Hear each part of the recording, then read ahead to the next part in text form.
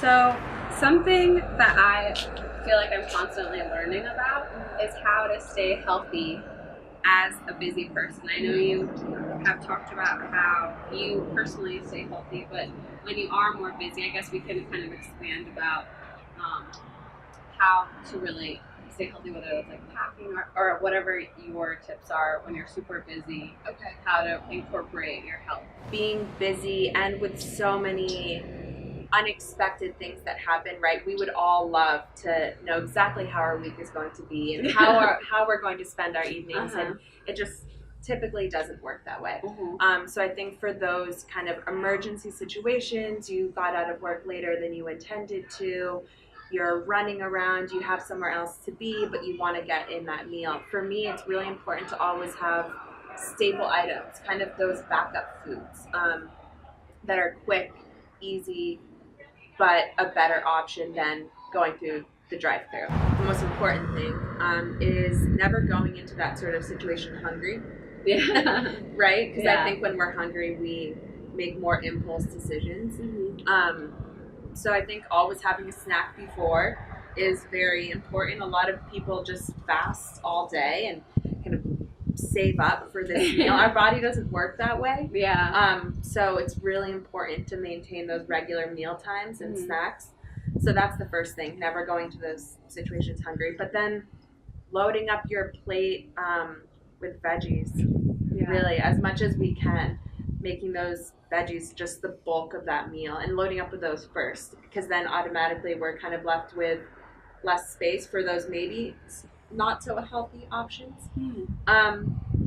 But also not being hard on ourselves either. I mean, if we're controlling our food environment at home and at work, 80 to 90% of the time, and you're at a pizza party, then have that pizza, right? So I think it depends on how much emphasis really you want to put onto it. Do you have any recommendations of how to eat or what to eat for our immune systems and to stay healthy?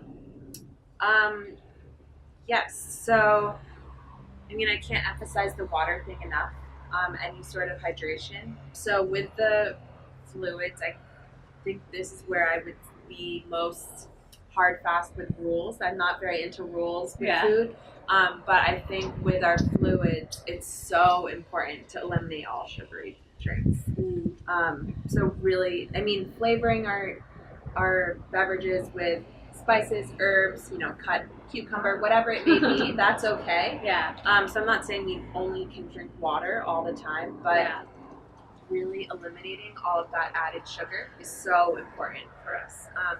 And the reason I put so much emphasis on that too, well, for immunity, that hydration is very important. Also for cravings, so a lot of times we feel hunger cravings, but it's actually a lot of times just dehydration. So our body, for some reason, interprets it that way. So I think staying adequately hydrated is really important for that too. But kind of getting back to the immunity part of it, when we have all of these added sugars, we're actually feeding these bad bacteria in our gut, which can lead to a disbalance of bacteria. We all have it, bacteria, yeast, and fungi in us, good and bad. And it's so important to maintain that good bacteria. That's why you hear so much about probiotic-rich foods, right? What that's talking about is the good bacteria that we're actually ingesting. So when we're eating all this refined flours, white flours, carbs that don't have fiber, added sugar, whether it's in drinks or candies, sweets, concentrated sugars, right? We're actually feeding that bad bacteria. So what that's doing is leading to an imbalance. Either more bad bacteria outweighing the good, or maybe there's not as much bacteria diversity, and that really affects our immunity. It actually leads to lower immune systems. We're not able to handle things as much. If you think about it, our gut's that first barrier, right? So when we're breathing, right, anything that we're putting into our bodies is going to hit that barrier. So we need it as intact and as healthy as possible. The probiotics, when we hear that term, what it's referring to is actually bacteria.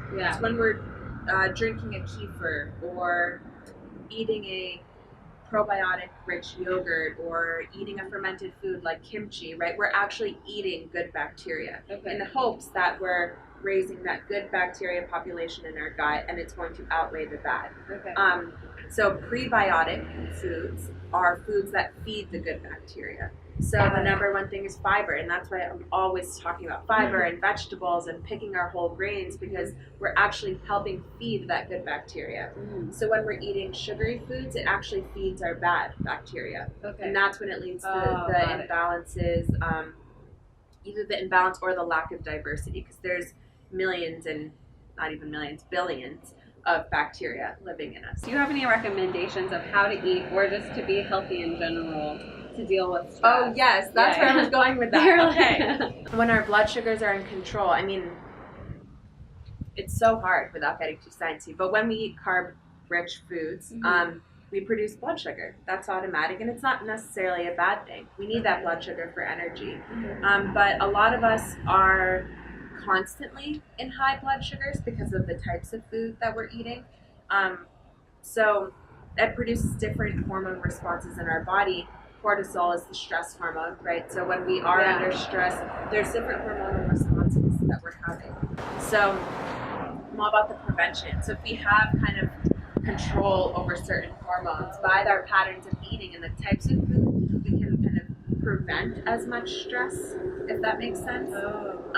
Interesting. Yeah. Does that make sense? Yeah. Okay. I know I probably know a little bit more about this than the average, but kind of going off and reiterating for people like me is what we're talking about, like pairing and having full plates and very well-rounded meals. That's what controls your blood sugar. It kind of helps maintain it. And by maintaining your blood sugar, then it helps you deal with stress because it produces less of the stress-inducing hormones. Kind of. Yeah. Yes.